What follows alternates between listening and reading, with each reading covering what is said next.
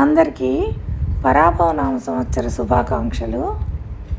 ఈరోజు నేను పొద్దున్నే లేచేసి అంతా 7 తర్వాత అన్నీ చేసుకోవాలని చెప్పారు కదా, అందుకని 7 తర్వాత అన్నీ శుభ్రం చేసుకుని స్నానం చేసేసి పూజ చేసుకున్నాను. పూజకు ముందు ప్రసాదాలు రెడీ చేసుకున్నాను. కొంచెం పులిహోర, పరమాన్నం, ఉగాది పచ్చడి చేసుకున్నాను. అలాగే దేవుళ్ళ దగ్గరికి వచ్చేటప్పటికి వినాయకుడి అష్టోత్తరం, లక్ష్మీదేవి అష్టోత్తరం, అట్లాగే విష్ణుమూర్తి అష్టోత్తరం, సాయిబాబా అష్టోత్తరం చదువుకున్నాను. ఇంకా మా వారు ఇప్పుడు శివుడికి అభిషేకం చేసుకోవాలి. ఈలోపు నేను ఇవన్నీ చదివి రెడీగా ఉంచాను ఆయనకి.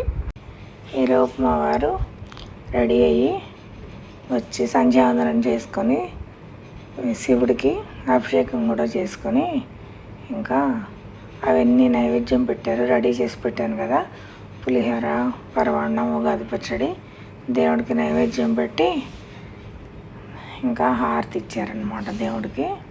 చూస్తున్నారుగా, మా దేవుళ్ళని ఏదో చిన్న చిన్న పూలతో అట్లా పూజ చేసుకున్నాను. ఇంక ఈయన హారతి కూడా ఇచ్చేశారు.